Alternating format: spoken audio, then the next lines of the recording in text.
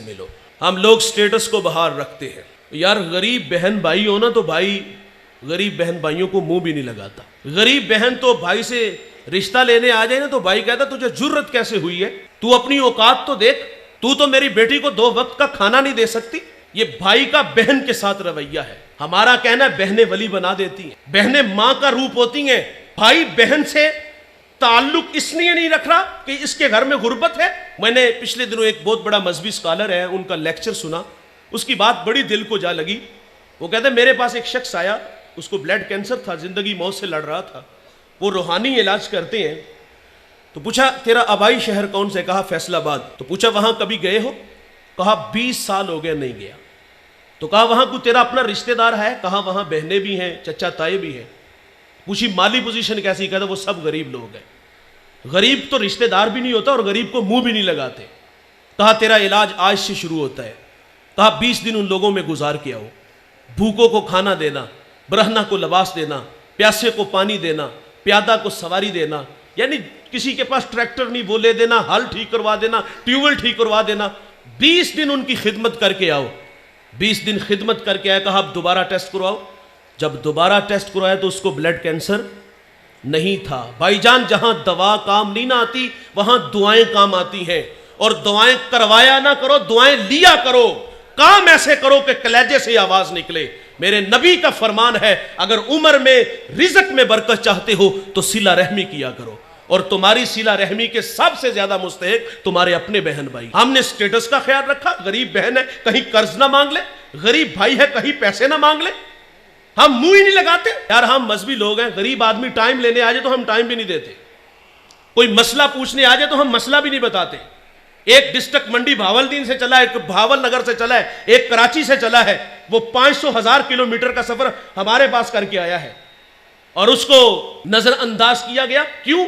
इसलिए कि उसके पास सिर्फ आने जाने का किराया, उसको तस्बीह दे के बिठा दिया कि यहां बैठ के वजीफे में मशगूल हो जाओ। वो तो बेचारा एक अकीदत में बैठ जाता है, लेकिन थोड़ी देर बाद एक कलफ लगे कपड़ों में आया, आगे पीछे खुद्दाम थे और वो सीधा हुजरे में चला गया। अंदर से आवाज आई कि आप किसी के यहां पैगाम भेज देते तो मैं खुद ही आ जाता।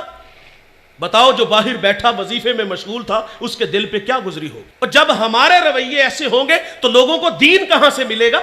मैं आप लोगों से भी मुखातिब हूं, आप अपने मुलाजिम से इस तरह बात किया करो जिस तरह अपने बेटे से बात कर। वासफ अली वासफ फरमाते हैं अपने मातहत के साथ हुस्ने सलूक यह है कि उसे अपना मातहत ही न समझे। बहुत बड़ा जुमला है वासफ अली वासफ का। फरमाते बड़ा आदमी वो होता है, एक मयार हमने मुकर्रर किया, जिसके पास दौलत हो, जिसके पास बड़ी बड़ी गाड़ियां हो, हम समझते वो बड़ा है।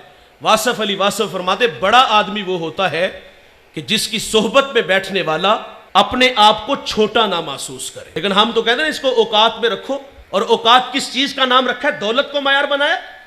और मियां साहब फरमाते बेवकूफा दे नौकर वेखे दानिशमंद से आने। हमने कहा इसके साथ इसको औकात में रखो। हमने हैसियत को देखा। एक बहुत बड़ा मजहबी स्कॉलर दस्तरखान पे बैठ के खाना खा रहा था और बाहर एक जारूब झाड़ू दे रहा है, बहुत बड़ी बात है। उन्होंने हाथ के इशारे से कहा बेटा खाना खा लो। उसने इधर उधर नजर उठाई, कानों का धोखा लगा, काम में मसरूफ हो गया। उन्होंने फिर कहा बेटा खाना खा लो। शुशदर हुआ, कहता है हजरत मुझे कहा। फरमाया हाँ बेटे मैं आपको कह रहा हूं खाना खा लो। अच्छा उसने झाड़ू वहां रखा, ऐसा नहीं हुआ कि हाथ धो के दस्तरखान पे आया हो, बल्कि उसने दौड़ लगा दी। थोड़ी देर बाद वापस आया, उसके साथ उसकी बीवी उसके बच्चे थे। वो कहता है हजरत खाना बाद में खाएंगे, हम ईसाई हैं, हमें मोहम्मद अरबी का गुलाम बना दीजिए।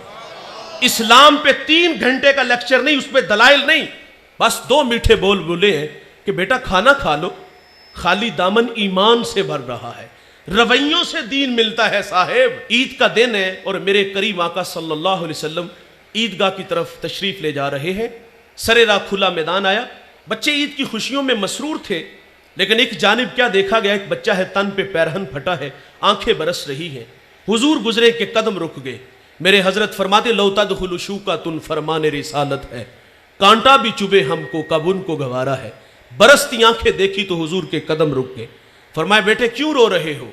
शायद कि हुजूर को पहचान न सका।